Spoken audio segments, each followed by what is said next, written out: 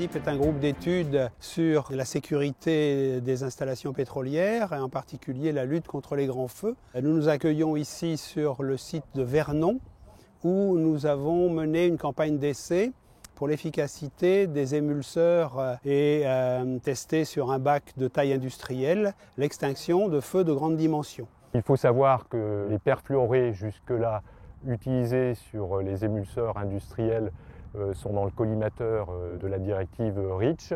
Donc il est important aujourd'hui de déterminer quels seront les émulseurs pour l'avenir et pour les industriels français. Et c'est dans ce cadre-là que le LASFIRE, qui est un organisme qui compte dans le domaine de la lutte contre l'incendie, nous a contactés pour organiser des essais permettant d'évaluer la qualité des nouveaux émulseurs. Donc nous avons un bac de 10 mètres de haut, de 100 mètres carrés de surface ouverte, auquel nous avons fait brûler de l'essence et testé en combien de temps les émulseurs étaient capables d'éteindre le feu. Nous avons été aidés en cela par des drones. Tout le monde est prêt? Gideon, on est prêt? On peut y aller!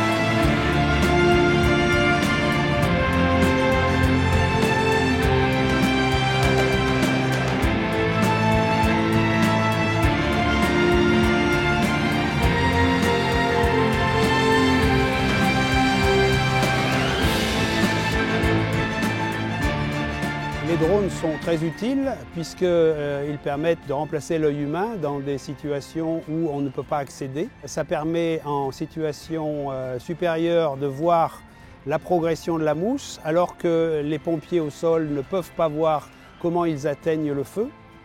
L'avantage du drone est de suivre l'évolution de la phase d'extinction et d'aller ajuster le positionnement des lances et d'une manière plus globale de l'ensemble des outils qui sont engagés pour optimiser cette phase d'extinction. Donc ça brûle à droite là où on applique. Le drone s'est révélé un outil indispensable pour aller regarder comment se comportait la phase d'extinction jusqu'à la disparition totale du feu sur la surface du bac. 50%.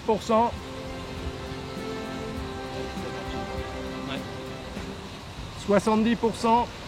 Faire des prises de vue sur un bac en feu, c'est une première pour moi. J'avais déjà eu l'occasion de faire des images sur des torches, mais jamais avec des flammes d'une telle ampleur. Les contraintes pour faire voler un drone, c'est le vent, la pluie et spécifiquement pour cette mission, c'était le rayonnement du feu. Ce drone, on l'utilise principalement pour la vidéo, qui est capable de filmer en 4K. Par exemple, dans ce cas spécifique, on a l'impression que le feu est éteint, mais quand on regarde de plus près avec la résolution de la caméra, on s'aperçoit qu'il y en a encore quelques petites flamèches qui peuvent subsister sur les bords de la virole. Ça repart là. Ouais, mais parce que tu as des petites flamèches, ils vont continuer à appliquer. Donc pour la gestion de crise, chez Total, pour nous, le drone est un appui à la décision. Il nous permettrait de pouvoir gérer un sinistre, de pouvoir faire une reconnaissance de l'ensemble de l'envergure du sinistre, de faire des choix tactiques, opérationnels, de guider les pompiers, de guider les autres moyens afin de lutter contre le sinistre. Il est également intéressant de pouvoir reporter ces images en cellule de crise afin que les acteurs de terrain et de salle puissent partager le même niveau d'information. Et c'est en concluant, feu éteint.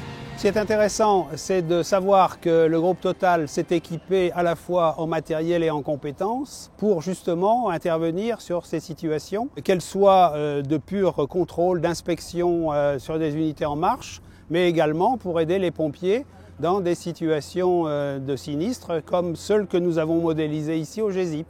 Total étant l'un des sponsors et acteurs principaux au sein du GESIP, et travaillant en collaboration depuis longtemps pour l'amélioration des techniques et des matériels.